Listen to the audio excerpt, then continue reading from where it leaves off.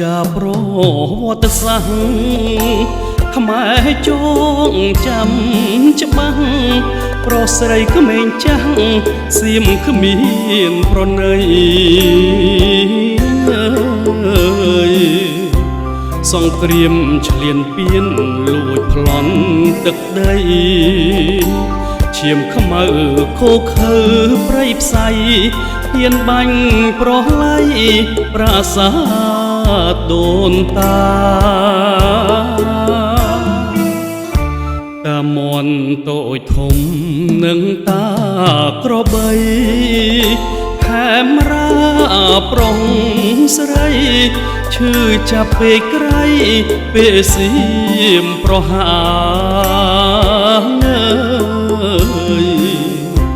ប្រាសាទព្រះវិហារចោលគ្មានមេត្តាជាតិសាសន៍គ្មានមេគ្មានបាសាហាវឬស្យាប្រហាគ្មានគិតកូនខ្មែរប្រុសស្រីត្រូវចងចាំទុកចាជាទំនុកត្រូវខត់ត្រាទុកប្រវត្តិសាវតាចោសៀមអាក្រក់ចង់រៃក្រៃណាជំនាន់កូនចៅខេមរា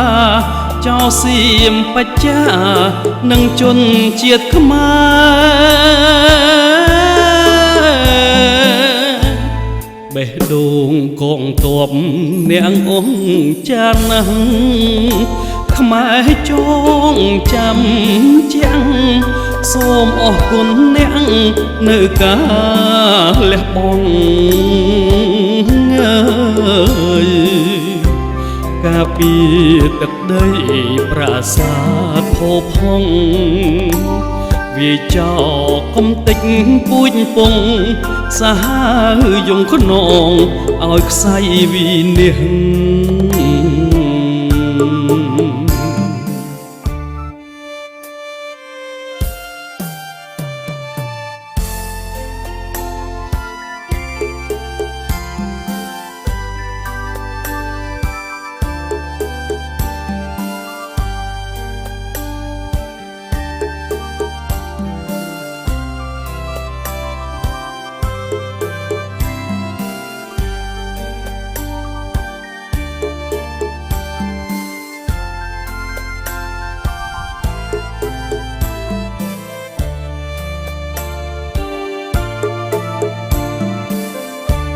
កូនខ្មែរប្រុសស្រី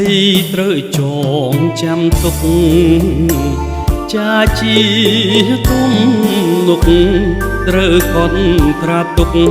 ប្រវត្តិសាវតាចោសៀមអាក្រក់ចង់រៃក្រៃណាជំនាន់កូនចៅខេមរាចោសៀមបច្ចានឹងជនជាតិខ្មែរបេះដូងកងទ័ពនាងអង្គចាណាស់ខ្មែរចងចាំជាងសូមអរគុណអ្នកនៅការលះបង់ការពីទឹកដីប្រាសាទផូផង់វាចោកុំតិចពូជពងសាហាវយងខ្នងឲ្យខ្សែវិនិច្ឆ័យ